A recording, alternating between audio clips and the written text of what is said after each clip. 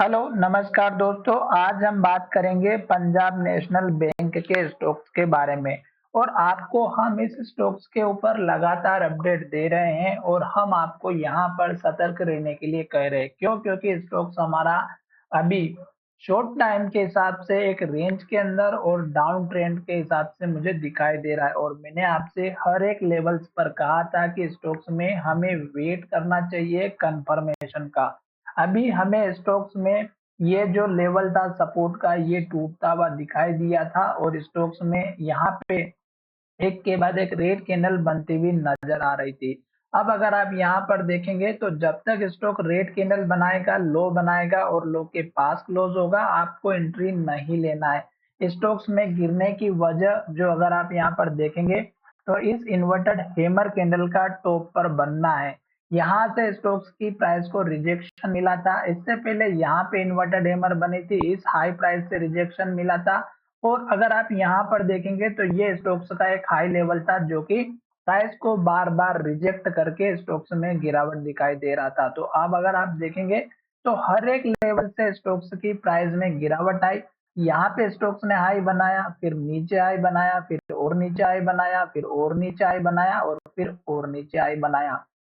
लो की बात करते हैं तो स्टोक्स ने यहाँ पर ये जो लो बनाया था, इस लो को तोड़ के यहाँ पर लो बनाया, फिर यहाँ पे लो बनाया और अब धीरे धीरे नीचे की तरफ जा रहा है। तो ये जो लो है ये है हमारा 114 रुपए का सबसे इम्पोर्टेंट लेवल है। स्टॉक्स अगर हमारे इस लेवल को तोड़ देगा तो फिर डेफिनेटली स्टॉक्स में गिरावट दिखाई दे सकती है। आज मार्केट में जो गिरावट दिखाई दी वो आप सभी को पता होगा कि अभी एक तो बजट आने वाला है और दूसरा मार्केट में जो निफ्टी है वो लगातार अपने ऑल टाइम हाई पर चल रही है।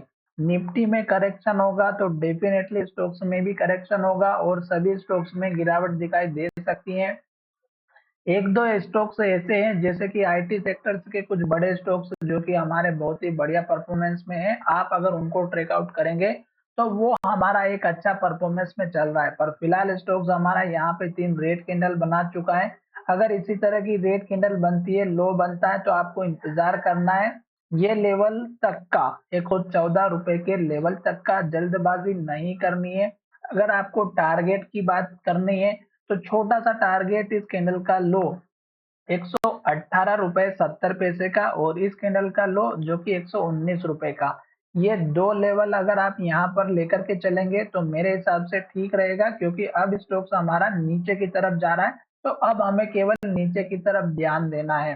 टारगेट तब मिलेंगे जब स्टॉक्स इस लेवल को ब्रेकआउट करेगा, फिर इस कैंडल का हाई टारगेट रख दीजिएगा, फिर इस कैंडल के हाई का टारगेट रख सकते हैं। पर ये तभी मुमकिन है जब स्टॉक्स हमारा यहाँ से सपोर्ट लेकर के ऊपर की तरफ जाएगा। साथ ही आपको इंतजार करना सबसे बढ़िया रहेगा मेरे हिसाब से। वैसे तो मैं ये वीडियो आपकी एजुकेशन के लिए बना रहा हूँ, बाय सेल की कोई एडवाइस नहीं है।